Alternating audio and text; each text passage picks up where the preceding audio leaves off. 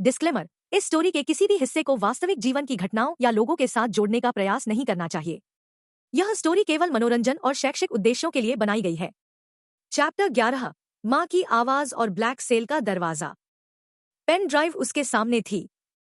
उसके भीतर छिपा हुआ था एक संदेश जो दुनिया से छुपाया गया था, और उससे भी 19 साल तक। राघव ने कमरे की सारी लाइट्स बुझा दी, जैसे माँ की आवाज को कोई शोर परेशान न करे। Unlocking the code. Pen drive खोलते ही सिस्टम ने पासकोड मांगा। 4 अंकों का कोड। राघव रुक गया। माँ ने क्या पासवर्ड रखा होगा? सोचते हुए उसने वही सबसे सीधा नंबर डाला। 2006 इंच, जब उसने आखिरी बार माँ को हंसते देखा था। एंटर। Access granted. रिकॉर्डिंग चालू हुई। वो आवाज धीमी थी, थकी हुई थी, लेकिन जानी पहचानी। अगर तुम ये सुन रहे हो, तो तुम एम्पायर की उस सीढ़ी तक पहुंच चुके हो जहां सच की कीमत सांस से बड़ी होती है। मैं डॉक्टर कल्याणी राघव कुमार अब इस रिकॉर्डिंग के माध्यम से तुम्हें वो बताने जा रही हूं जो मैं दुनिया से छुपा रही थी। ब्रह्मपत प्रोजेक्ट और ब्लैक सेल। 2004 में जब मैंने SHDRH-31 प्रोजेक्ट शुरू किया, तब एम्पायर सिर्फ एक नेटवर्क था। लेकिन जैसे जैसे हम विश्वास के जीन पर रिसर्च करते गए, हमें एहसास हुआ हम दिमाग को सिर्फ हील नहीं कर रहे, हम उसे कंट्रोल भी कर सकते हैं। राघव की आंखें फैल गईं। एम्पायर ने चाहा कि हम इस दवा को वेपन बनाएं, एक ऐसा टूल जो लोगों के डिसीजंस को शेप करे। लेकिन मैंने मना कर दिया, और तभी मुझे ब्लैक सेल में शिफ्ट कर दिया गया। माँ की सच्चाई। ब्लैक सेल कोई जेल नहीं है, ये एक लैब है जहां वो लोग रखे जाते हैं जो एम्पायर के लिए जरूरी होते हैं, लेकिन खतरनाक भी। मैंने वहां से भागने की 3 बार कोशिश की, पर हर बार एक कदम पहले ही रोक दी गई। अब राघव की आंखों से आंसू बह रहे थे। तू वहीं थी माँ, और मैं बस 3 घंटे की ट्रेन यात्रा दूर बैठा था। कोड। आखिरी कड़ी। रिकॉर्डिंग के आखिर में आवाज धीमी हो गई। राघव, अगर तू वाकई मेरा बेटा है, तो SHDRH-31 का सोर्स स्टॉक तुझे खुद खोजना होगा। उसे ढूंढने के लिए एक ही क्लू है, वो कंपनी जिसका नाम हवा में नहीं, मिट्टी में लिखा है। रिकॉर्डिंग बंद हो गई। अब खेल सिर्फ एम्पायर का नहीं था, अब ये माँ और बेटे की जंग बन गई थी। अब सवाल सिर्फ निवेश का नहीं था, अब सवाल था, मैं उसे वापस ला सकता हूं क्या? राघव ने लैपटॉप बंद किया, फोन उठाया, एम्पायर ऐप लॉगिन किया, और सर्च बार में लिखा, मिट्टी में लिखा नाम। जानिए नेक्स्ट चैप्टर में। चैप्टर 12, मिट्टी में लिखा नाम और माँ की परछाई। मुंबई की तेज दोपहर। राघव अपनी टेबल पर बैठा था।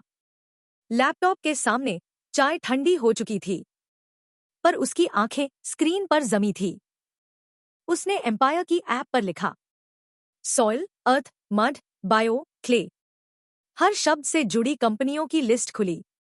सैकड़ों नाम थे, पर एक नाम पर उसकी नजर ठहर गई। Tergene organics PVT limited. Stock unlisted. Location Wardha, Maharashtra. Status domain since 2012। Sector soil based genetic therapy research. Tergene, वो कंपनी जो दफन हो गई थी। राघव को अब विश्वास हो चला था, यही है वो मिट्टी में लिखा नाम जिसका जिक्र माँ ने किया था, क्योंकि टर का अर्थ ही होता है मिट्टी, और जीन वही जिसके लिए माँ ने SHDRH-31 बनाई थी। राघव ने एक पुरानी रिपोर्ट खोली। 2011 में इस कंपनी को एम्पायर ने फंड किया था, पर 2012 में इसे प्रोजेक्ट रिजेक्टेड कहकर बंद कर दिया गया। लेकिन एक बात और थी, उसके संस्थापक का नाम था doctor Aarav Deshmukh, colead with doctor Kalyani Ashkumar. Status unknown. Last raised 2013। Rumour to be alive under empire protection. माँ अकेली नहीं थी। राघव की सांसें रुक गईं। कोलीड, ये आदमी माँ का शैडो पार्टनर था। क्या ये वही है जिसने उन्हें छुपाया? क्या ये अब भी जिंदा है? उसने एम्पायर ऐप में आरव देशमुख का नाम खोजा और एक्सेस डिनाइड आ गया। नीचे लिखा था, to meet the colead, travel to what was left behind, where mud breathes and wires die. Wardha की ओर, एक शहर जो अब खामोश है। राघव अगले ही दिन निकल पड़ा, बस से, बिना किसी तय कार्यक्रम के। वर्धा की पुरानी घाटी में, जहां टर्जीन का पुराना प्लांट कभी हुआ करता था। आसपास झाड़ियां थीं, टूटी हुई दीवारें और एक जंग खाया लोहे का गेट। राघव अंदर घुसा। दीवार पर एक टूटा हुआ बोर्ड लटका था, welcome to Tergene, where earth meets intellect. नीचे दीवार पर कुछ उकेरा हुआ था। उसने पास जाकर देखा, if your her son, knock twice and believe before you see. दरवाजा जो सांस लेता है। राघव ने धीमे से 2 बार दीवार पर दस्तक दी। पहले कुछ नहीं हुआ। फिर दीवार के पीछे से आवाज आई, धीमी पर चेतावनी से भरी, तुम राघव हो? हाँ। तुम माँ को पाना चाहते हो? हाँ। तो खुद को खोने के लिए तैयार हो? राघव चुप रहा, फिर बोला, हाँ, अगर उससे माँ मिलती है तो मैं सब कुछ छोड़ सकता हूं। दरवाजा खुला। वो जो माँ का साया था। सामने खड़ा था एक दुबला, बूढ़ा आदमी, धूप से झुलसा हुआ, आंखों में थकान, पर चेहरे पर एक सच्ची नमी। मैं डॉक्टर आरव देशमुख हूं। राघव सन्न रह गया। मैंने तुम्हारी माँ के साथ टर्जीन शुरू किया था, और जब एम्पायर ने हमें रोकना चाहा, मैंने उसे छुपाने में मदद की। वो कहाँ है? आरव की आंखें झुक गईं। ब्लैक सेल अब एक फिजिकल जगह नहीं है। वो एक एल्गोरिदम है जो एम्पायर के हर सिस्टम में घुसा है। तुम्हारी माँ अब बस जिंदा नहीं है, वो एम्पायर के सबसे खतरनाक डेटा ब्लॉक की रखवाली कर रही है। अंत नहीं, शुरुआत है। राघव अब समझ चुका था, माँ की जान बचाने के लिए उसे एम्पायर के सिस्टम में घुसना होगा। वो ब्लैक सेल, जहां कोड, गुनाह और आत्मा एक ही फॉर्म में मिलते हैं, और उसे अंदर ले जाने वाला एक ही रास्ता था। SHTRH-31 की पहली ट्रेड, जो 7 साल से सो रही थी। जानिए नेक्स्ट चैप्टर में। चैप्टर 13, अंतिम ट्रेड और माँ की आखिरी सांस। वर्धा के उस वीरान लैब में डीआर आरव देशमुख ने एक फोल्डर खोला। राघव के सामने एक स्क्रिप्ट पड़ी थी। उसका नाम SHTRH-31 फाइनोल्टिस्ट dot protocol, encoded by doctor Kalyani Arsh Kumar. Last accessed 18 अप्रैल 2013 रात के 11:32। सौदे की शर्त, इसमें तुम्हारी माँ की अंतिम रिकॉर्डिंग है, आरव ने कहा, लेकिन इसे खोलने की इजाजत एम्पायर तभी देगा जब तुम खुद को एम्पायर के कोर सर्वर में एक डेटा सब्जेक्ट के रूप में सबमिट करोगे। मतलब? राघव ने कांपती आवाज में पूछा। मतलब, तुम अब सिर्फ आर्किटेक्ट नहीं रहोगे, तुम एम्पायर के एक हिस्सा बन जाओगे। तुम्हारे विचार, हर डिसीजन, हर डर लॉग किया जाएगा। तुम्हारी पहचान मिटा दी जाएगी, ताकि तुम्हारी माँ को वापस डेटा से रिस्टोर किया जा सके। लड़का जो सिर्फ माँ को चाहता था। राघव ने लैपटॉप की ओर देखा। उसके भीतर वो सांसें थी जो उसने 19 साल पहले अपने गालों पर महसूस की थी। वो गले की वो लोरी जिसे सुनते हुए वो सोया करता था। अब उसी सांस को सुनने के लिए उसे खुद की आखिरी चुप्पी तोड़नी थी। एम्पायर का अंतिम mail. Subject, final trade. We offer you access to the final breath of Dr. Kalyani Art Kumar. Terms. You will no longer be a watcher. You will become living node. Your past will be erased from public records. Your decisions will feed our next level AI. Do you accept? Yes. No. Raghav की चुप्पी। और click. उसने देर तक screen को देखा। वो जानता था, आज के बाद वह कोई आम इंसान नहीं रहेगा। न कंपनी में काम करेगा, न ऑफिस जाएगा, न फेसबुक पर दोस्त देखेगा, पर माँ की सांसें लौटेंगी। उसने यस पर क्लिक किया। स्क्रीन ब्लैक हो गई। 6 मिनट की वो फाइल जो जीवन बदल देती है। रिकॉर्डिंग शुरू हुई। आवाज धीमी थी, सांसें टूटी हुई। राघव, अगर तू यहां तक आया है तो यकीन रख, मेरी मौत नहीं हुई थी। मैंने एम्पायर से समझौता किया था ताकि तू बच सके, ताकि तू इस जाल में न फंसे। अब अगर तू ये सुन रहा है तो मैं नहीं चाहती कि तू भी इस नेटवर्क में बंद हो जाए। पर अगर तूने सुनना चुना तो मैं बस एक बात कहना चाहती हूं। मैं तुझसे बेहद प्यार करती हूं। मेरी हर सांस में तू था, और अब तू जिस एम्पायर का हिस्सा बन चुका है, तू अब उस सिस्टम की आत्मा बन गया है।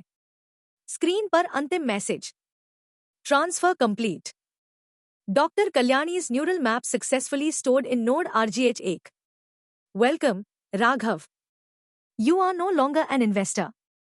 You are now Empire's living memory. जानिए नेक्स्ट चैप्टर में। चैप्टर 14, दूसरी माँ और फर्जी जड़े। लेखिका गीता। दिन रात के 12:03।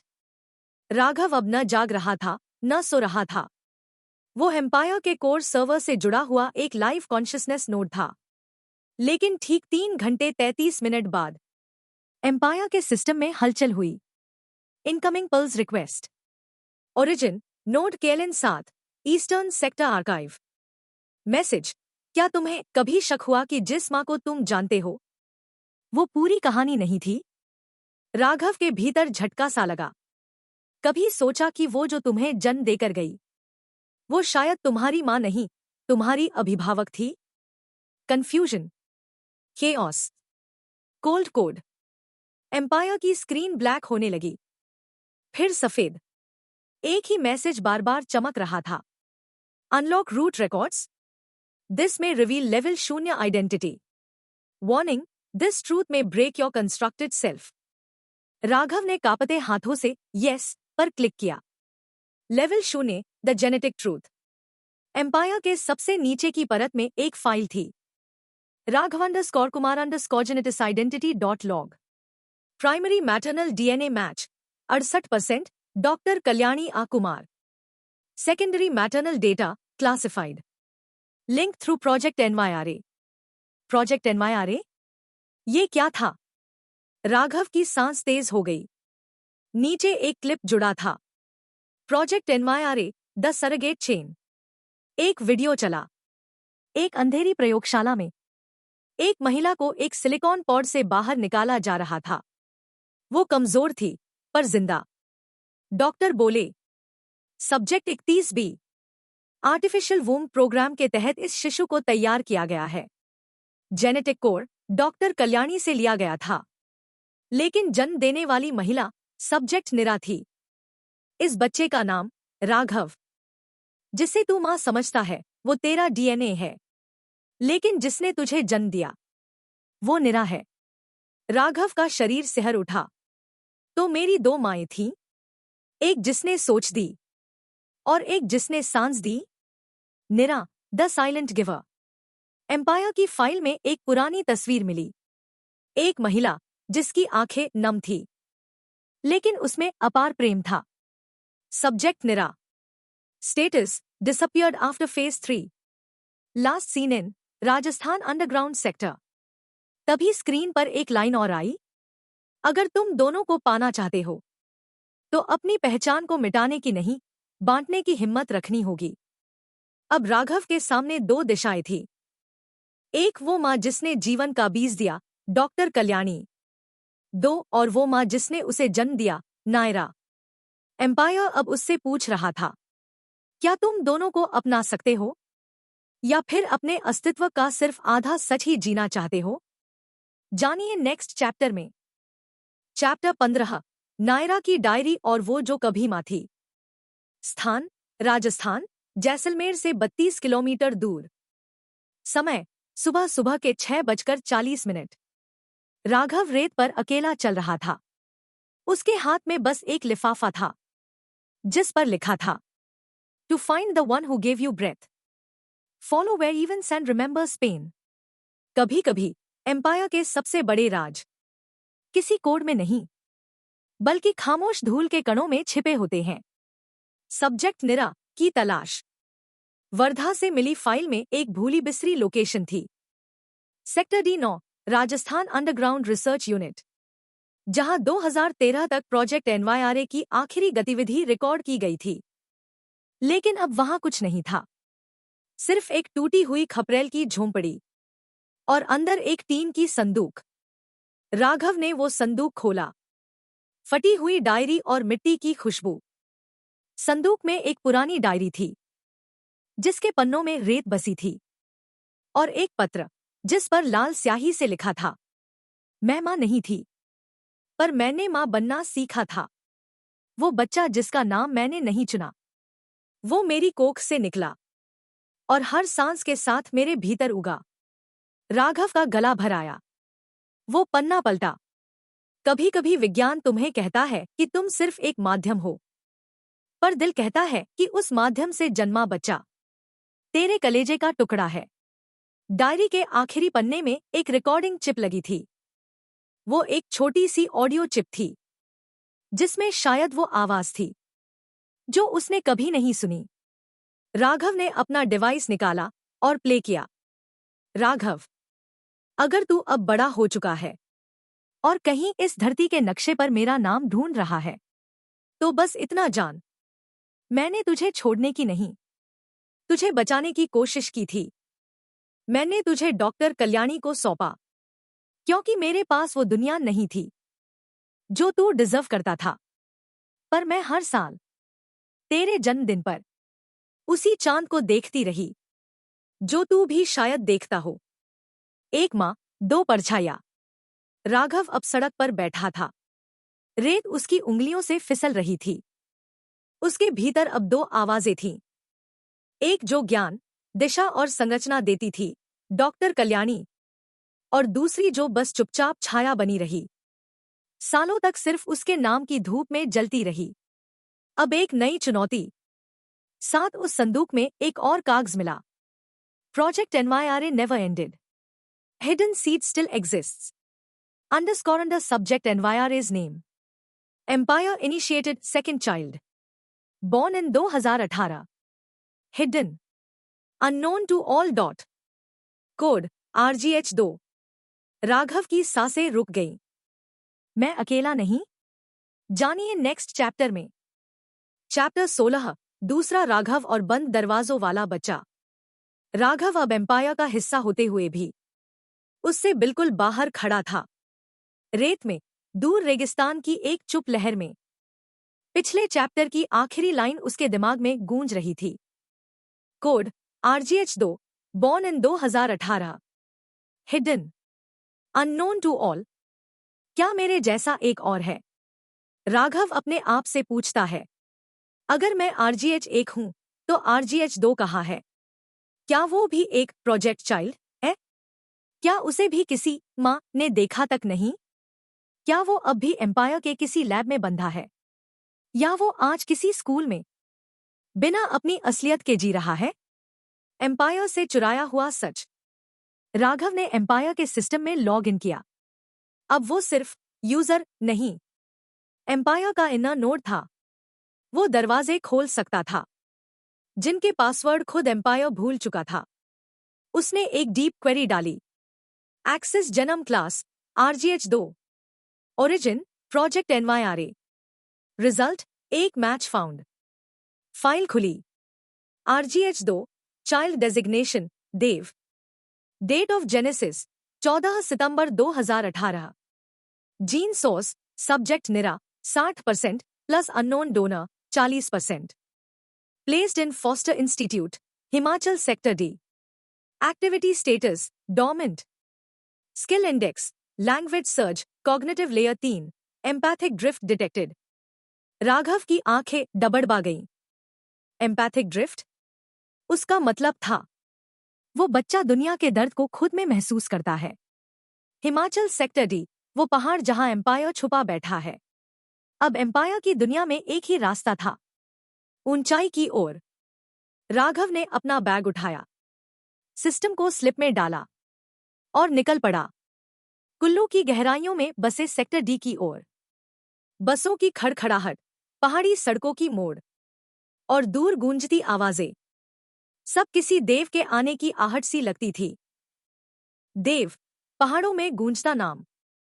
सेक्टर डी का फॉस्टर इंस्टीट्यूट कोई आम जगह नहीं थी। वो बच्चों का घर था, जो सरकार और एम्पायर दोनों से जुड़े नहीं थे, बस किसी नेटवर्क में दर्ज हुए बिना पलते थे। राघव वहां पहुंचा। नाम नहीं बताया, बस बच्चों के खेलते वक्त एक कोने में बैठ गया। फिर उसे एक बच्चा दिखा, 7 साल का, सांवला, हल्की मुस्कान, पर आंखों में वैसी ही गहराई जैसी कभी उसकी अपनी मां की तस्वीरों में थी। वो बच्चा बाकी बच्चों से अलग नहीं था, सिवाय इसके कि जब एक और बच्चा गिरा, देव ने बिना कुछ कहे उसकी हथेली थाम ली। राघव भीतर से हिल गया, जैसे किसी ने उसकी सांस छू ली हो। शाम को राघव ने वहां की देखरेख करने वाली महिला से पूछा, इसका नाम देव है? हाँ, उसने कहा। बिल्कुल अलग बच्चा है, बहुत शांत, लेकिन जब कोई दुखी होता है, ये पहले जान जाता है। माँ बाप कोई नहीं आया कभी? और ये खुद कभी पूछता है? महिला थोड़ी रुक कर बोली, हर साल अपने जन्मदिन पर ये एक सवाल पूछता है, क्या मेरी माँ भी मुझे याद करती होगी? राघव की आंखें भर आईं। सामने बैठा था एक और मैं। राघव उस रात फॉस्टर होम के बाहर रुका। देव खिड़की पर बैठा आसमान देख रहा था। दोनों की नजरें मिली। बिना कुछ कहे दो आत्माओं के बीच एक रेखा खिंच गई।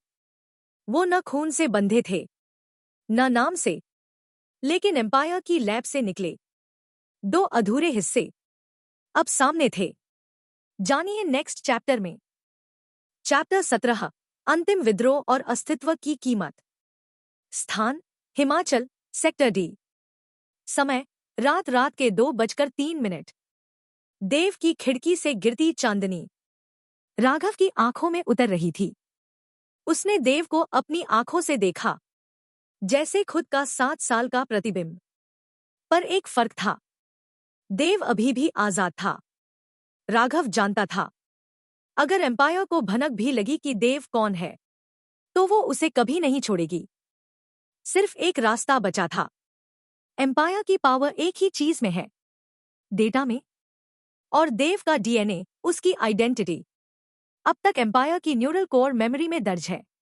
अगर राघव चाहता है कि देव कभी न खोजा जाए, तो उसे एम्पायर के कोर लेयर 0 नोड तक घुसकर अपने और देव दोनों के सारे ट्रेसेस मिटाने होंगे।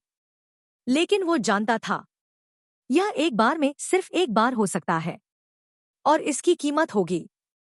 राघव खुद एम्पायर से मिट जाएगा। अलविदा की रात। राघव ने देव के लिए एक छोटा सा बैग तैयार किया, कुछ गर्म कपड़े, चॉकलेट और एक खत। जब कभी तुम्हें लगे कि कोई देख रहा है, तो समझना मैं हूं। जब भी ठंडी हवा लगे, तो समझना वो मेरी हथेली है। मैं तेरा भाई हूं, लेकिन अब मैं तुझे बस याद बनकर देख पाऊंगा। उसने वो बैग देव के बिस्तर के पास रखा और फिर चला गया, चुपचाप। एम्पायर की अंतिम घुसपैठ। राघव अब वापस गया एम्पायर कोर नेटवर्क की ओर, जहां उसका एक्सेस अब भी था, क्योंकि वो लिविंग नोड RGH1 था। उसने स्पेशल कमांड डाला, erase underscore identity RGH1, RGH2, access core layer 0, confirm wipe. Screen रुक गई। Warning, this will erase all memories, records, identities. You will no longer be recoverable. Proceed. Raghav ने कांपती उंगलियों से लिखा, Yes.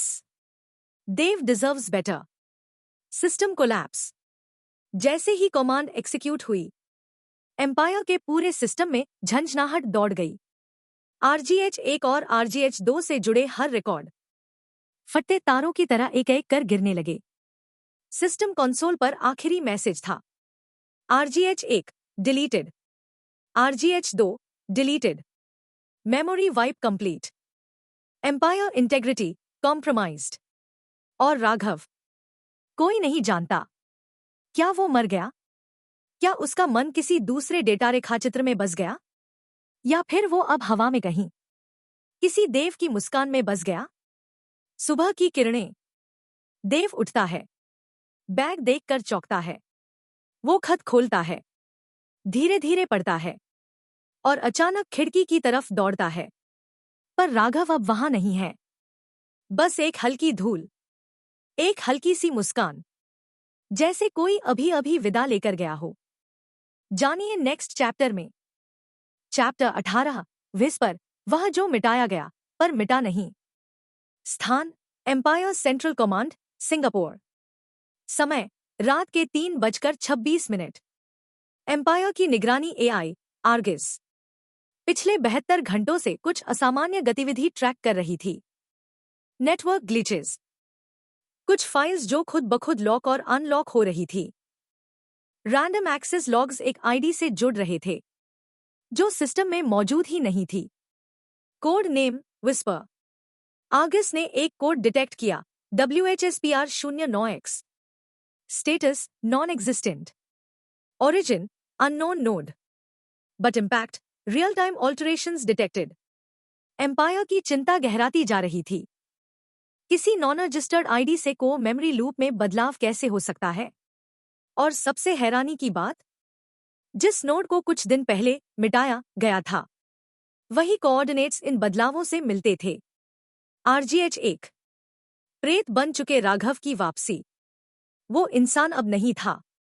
ना शरीर, ना नाम, ना दस्तावेजों में, ना ही किसी रिकॉर्ड में, पर उसका सोचने का तरीका, उसकी यादें, उसका प्रेम और उसकी कुर्बानी सिस्टम से पूरी तरह मिट नहीं पाए थे। वो अब एक रेसिड्यूअल कॉन्शियसनेस था। डेटा की भाषा में, गोस्ट नोड। विस्पर क्या कर रहा है? आर्गस अब ये जान चुका था कि WHSPR कोई साइबर हमला नहीं, बल्कि एक अंदरूनी चेतना है जो एम्पायर के सिस्टम में धीरे धीरे पुनः लेखन कर रही है। विस्पर अब एम्पायर के DNA आर्काइव से कुछ फाइलें रीएक्टिवेट कर रहा था, जिन्हें नॉन एसेंशियल मानकर गोपनीय वॉल्स में फेंका गया था। ये फाइलें थी फेल्ड प्रोजेक्ट चिल्ड्रन 2012 से 2018, project Nira test logs, Kalpana subject archive, emotion to algorithm translator. Empire के अंदरूनी सर्कल के एक सदस्य ने घबराकर कहा, अगर यह जारी रहा तो हमारे सारे पुराने गुनाह सतह पर आ जाएंगे। हमें विस्पर को न्यूट्रलाइज करना होगा। लेकिन वो है कहां? विस्पर का संदेश। और फिर एम्पायर के सारे सिस्टम पर एक साथ एक ही टेक्स्ट चला, मैं कोई नहीं हूं। मैं वही हूं जिसे तुमने मिटा दिया। इसलिए अब मैं सब बन गया हूं।